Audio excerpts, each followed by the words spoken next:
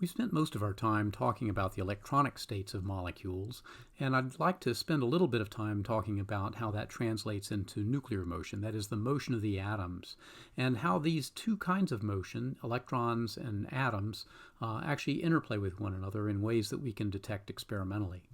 Under the Born-Oppenheimer approximation, we can basically treat the electrons as though they are creating a potential energy surfaces that dictates how the nuclei move, how the atoms move relative to one another.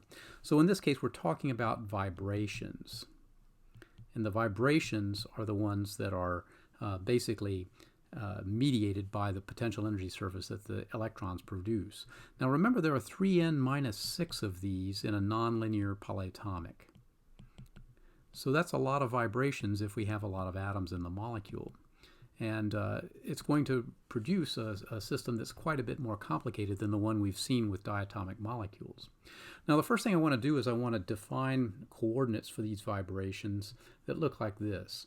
So a coordinate, which I'll call Q, is really a displacement coordinate. So it would be, for example, related to the displacement of some bond length relative to its equilibrium bond length shown here.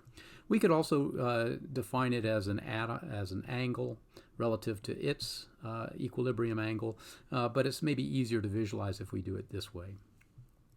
All right, so we have a potential function that will be a function of all of these various coordinates, q1, q2, all the way up to q3n minus 6. Now, I'm not generally going to write out all of these things every time, but I want to give you an idea that it is a big multivariable function. And this function, if we were to take this function and expand it as a power series, we might get a constant term off in the front, plus a term, and I'm going to put a 1/2 out here advisedly, a term that is dependent upon the displacement coordinates squared. And they'll each have an expansion coefficient for that for the power series. And remember, there's a total of 3n minus 6 of these degrees of freedom. Now, we would also have a term in general that will relate each of these displacement coordinates with other displacement coordinates, and it will look something like this, where we'll have another coefficient of expansion, and we'll have just a product of two different displacement coordinates. Now, I've written it as though this is all there is. There are higher order terms, so we shouldn't lose track of the fact that there's more than this. But what we've written here basically describes a multidimensional harmonic oscillator. Right? All of the terms are of second order or less in this case. There are no first order terms. Now, why would that be? Well, the first order terms are going to have coefficients that are related to the slope of the potential energy surface around the point around which they are being expanded. Well, that point is this qi equal to 0, and of course at the minimum of a surface, that slope is equal to 0. So there are no first order terms. This is the lowest order term that we have in this expansion, and that's important because it means that a harmonic oscillator is really the simplest sort of model that we could have for this. All right, now without generating a lot of proof, but I hope that you will believe this assertion, one can construct a different set of coordinates, and I'll write it like this. So this is the mth coordinate out of 3n minus 6. But we can write these as though they are a linear combination of the original displacement coordinates, like this, where these are just coefficients. These are just constants that we're using to add up all of the displacement coordinates. Now, you may wonder, why would I want to do this? Well, it turns out if we choose these coefficients correctly, if we find the right choice of these coefficients, this causes the potential function, written in terms of these new displacement coordinates, it causes it to be written in this very simple form. And this again is a sum over all the 3n minus 6 vibrations in the molecule. But it basically says that if I choose these coefficients well, I can get rid of all of these coupling terms, these cross terms that would naturally appear if I wrote this out. So this is basically a set of independent harmonic oscillators.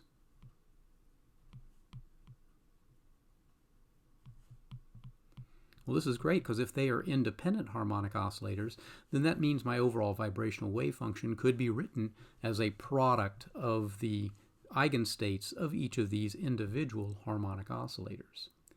All right, it also means that I can write the energy for this vibrational system as follows. I'm going to write an energy that is a function of a bunch of quantum numbers, n, so I'm just going to make that be a vector n, but I'll tell you what that vector means really. And this will be a sum over all of the vibrational coordinates, and we'll have the standard formula for harmonic oscillator eigenvalues. All right, so this vector n is just n1, n2, all the way up to n 3n minus 6. Okay, it's just a vector containing the quantum numbers. Now, I'll say in this particular expression, the omega sub i's are all different generally. However, it is possible in certain cases, if there's symmetry in the molecule, for two or more of these to be degenerate. So I'll just write degeneracy is possible. And by degenerate, I mean that these are two oscillators in the molecule that have the same frequency. That is, they're oscillating at the same frequency. All right, so what we've done here, and I've tried to do this relatively quickly and hopefully painlessly, is by simply writing our vibrations in terms of displacement coordinates and then finding an appropriate linear combination of those displacement coordinates. We've basically boiled this all down to get a very simple expression for the energies that are a sum over all these individual things, and a very simple expression for the potential energy surface. Now, what we've described here, these q sub i's, are the normal modes of vibration.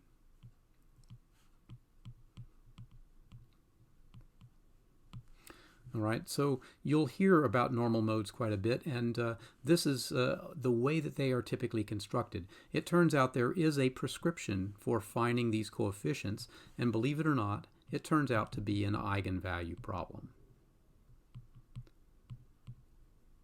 All right, we're not going to go through the solution of that eigenvalue problem, but if you ever take classical mechanics in a physics course, you'll probably learn how to do that. All right, what do these normal modes mean? Well, let's suppose that I have a triatomic molecule, and it's going to be a bent triatomic. So I'm just going to draw it abstractly as three atoms like this. I'm actually going to make three copies of this because I'm going to need to do three different types of vibration. All right, so this is my triatomic molecule written three times. Now, if I didn't do anything else, each of these atoms could move in three different directions, x, y, and z, but I know that three of the combined directions would be the whole molecule moving, that would be translation, and three could be written as rotations about different axes. So only three of those coordinates are going to be vibrational coordinates. Now, typically, we tend to boil this down into R1 and R2, that is the lengths of the two bonds, and an angle in the middle here, theta. And so these are the coordinates that we might use to describe these vibrations. But when we find the normal modes, it turns out that it would describe a vibrational motion that involves both of these atoms, for example, moving together. So both of them moving out, both of them moving in synchronicity. All right, another normal mode for this molecule might have this one moving out and this one moving in at the same time. All right, these are both possible normal modes for a molecule like this. A third normal mode would have perhaps this thing wagging like this. Well, we have particular names for these kinds of normal modes. For example, this one is a symmetric stretch. This one would be an asymmetric stretch.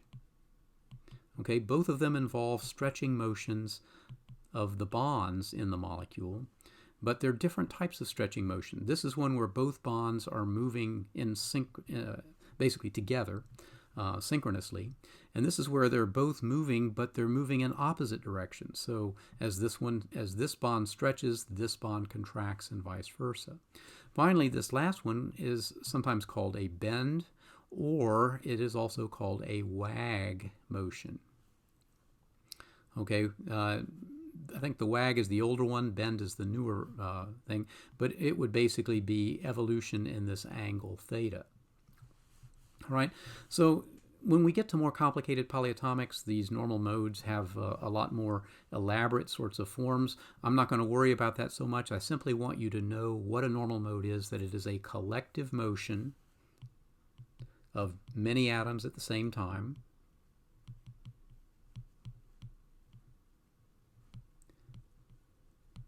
And that these collective motions typically have different frequencies,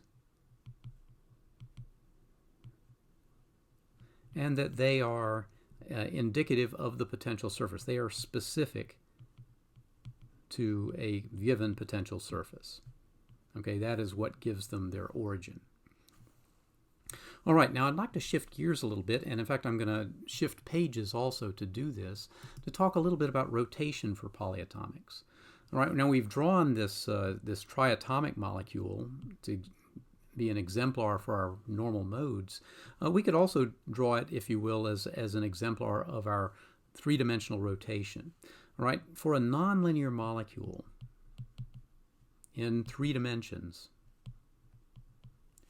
we're going to have 3 rotational degrees of freedom. All right, why would that be? All right, an easy way to see this is a good example of a 3-dimensional object is a brick. So let me draw a brick here. Okay, it looks something like this. At least the ones in my house do. And this brick has 3 distinct degrees of freedom, 3 distinct axes. Okay, it's got a very short axis here, it's got a little bit longer axis here, and it's got a very long axis here. Okay, and these basically tell us there's 3 distinct axes for rotation. So for example, if I drilled through this brick at the long end here and let it rotate about this axis, that would be one type of rotation. If I drilled through the brick here around and stuck an axis through here and let it rotate around this axis, that would be a different type of rotation. And finally, I think you can anticipate that if I stuck an arrow right up through the middle of this and rotated about this arrow, that would be a third type of rotation. So those are the 3 rotational degrees of freedom. Now, I hope that it won't be difficult to figure out that, in fact, with a brick, there are 3 different moments of inertia. So if I labeled these axes x, y, and z, and let their moments of inertia be I sub x and I sub y and I sub z, then the energy of rotation about any of these axes is going to be different from the others. And in fact, one typically doesn't have exactly rotation about one of these axes. One typically has rotation about an angular momentum vector that might be I'll draw it as J, might be pointed in some other direction. All right, so it's going to be a combination of these types of rotations. All right, the way we would write the energy for this would be as follows. I would write it as 1 over 2ix times jx squared plus 1 over 2iy jy squared plus 1 over 2iz jz squared. And this should look very familiar to the expression that we had when we were talking about the rotational motion of a rigid rotor. Right? And what we did in that case is when we convert this to quantum mechanics, so I want to convert these 3 components of the angular momentum into angular momentum operators. When I do that, I'm going to also probably want to redefine these, instead of being in terms of moments of inertia, to write them in terms of rotational constants. And so what we do is we typically would define one rotational constant to be h over 8 pi squared c times I sub x. We might have another one that would be written as h over 8 pi squared c I sub y. And a third one that would be h over 8 pi squared c I sub z. Now I've defined these in such a way that all of these things are going to be in wave numbers. They're going to be written in units of inverse centimeters. So if I really wanted to convert these into energies in joules, I would have to multiply these by the quantity Planck's constant times the speed of light. All right, but when I do this, it means that I can now develop my quantum Hamiltonian for rotation as follows. It'll simply be this first rotational constant times the component of angular momentum in the x direction squared, plus my second rotational constant times the component of angular momentum in the y direction squared, and my third rotational constant times the component of angular momentum in the j direction squared. All right, so this would be our general Hamiltonian for rotational motion of a polyatomic. And I'll tell you that writing down the energy levels for this in general is not a simple matter when A, B, and C are all three different numbers, which they often are in polyatomics. However, I want to introduce a very special subset of this, a subset that is known as symmetric tops. Okay, a symmetric top is kind of like the top you might have played with as a kid, you know, something that looks like this, and okay, it's a symmetric thing that can rotate around a certain axis. Okay, but it is symmetric. It has the same. It has one moment of inertia that's unique and two moments of inertia perpendicular to it that are the same. So in other words, two of the moments of inertia are equal in a symmetric top. And it turns out when this is the case, we can write down exact solutions for this quantum Hamiltonian as a Schrödinger equation. All right, so let's look at two possibilities.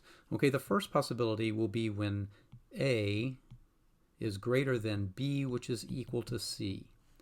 And this is something called a prolate symmetric top. Now, I should mention that we typically follow the convention in molecules that A is greater than B is greater than C. Okay, so if you just remember that, it'll help you keep this straight. Now, in this particular case, we would write this Hamiltonian in the following way. All right, I would write my A times J sub x squared, but then I've got B, and both of these are going to be B, times jy squared plus jz squared. But why not write it this way? I'm going to write B as j squared minus jx squared.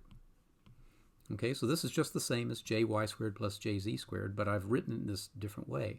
Well, the reason I've done this is that remember that in angular momentum, I can have shared eigenstates between the angular momentum squared and one of the three components. So in this case, I'll choose Jx to be the component in which I can simultaneously share eigenstates. All right, so when I do that, I'll basically have A minus B times Jx plus B times J squared.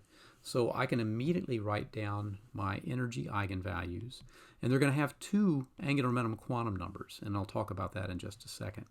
All right, the first of these will be A minus B times the quantum number, or sort of the quantum eigenvalue for the Jx squared operator, which will be k, so it would be k squared, plus B times the eigenvalue of J squared, which is just J times J plus 1.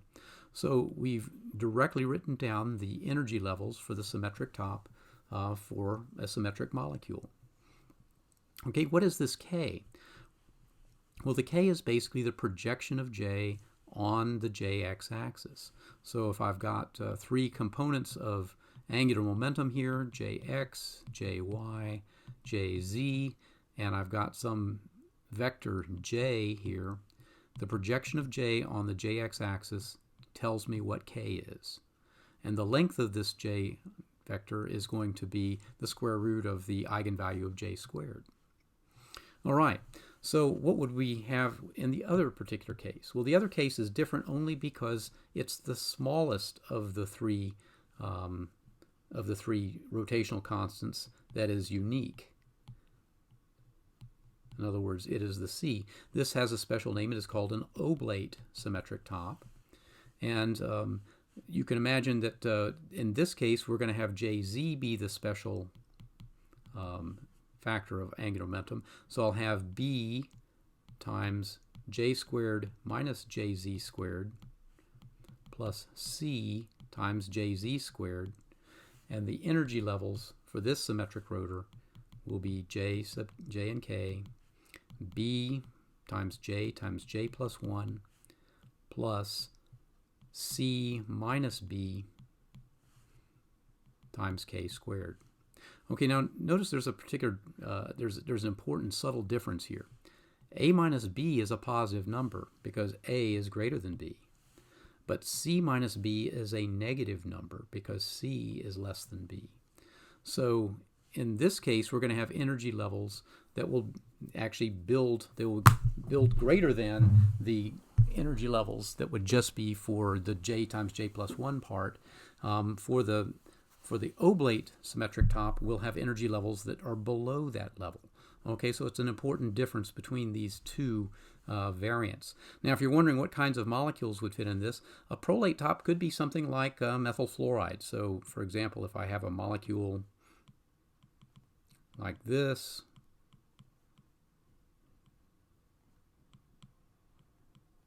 sorry, having trouble drawing here. This would be a prolate symmetric top. It's symmetric down here at the bottom, and so this is the unique axis, is the one that has the carbon and the fluorine. A good example of an oblate symmetric top would be something like benzene. Okay, large flat plate. A plate is an oblate symmetric top. A pencil is a prolate symmetric top. All right, so a little bit about rotational and vibrational motion in polyatomics. It's significantly different than it is for diatomics, and that's really the main thing I want you to remember. It's helpful to know these formulas, but we won't really use these formulas. I simply want you to know that it's possible to get these things and that they're easy to write down.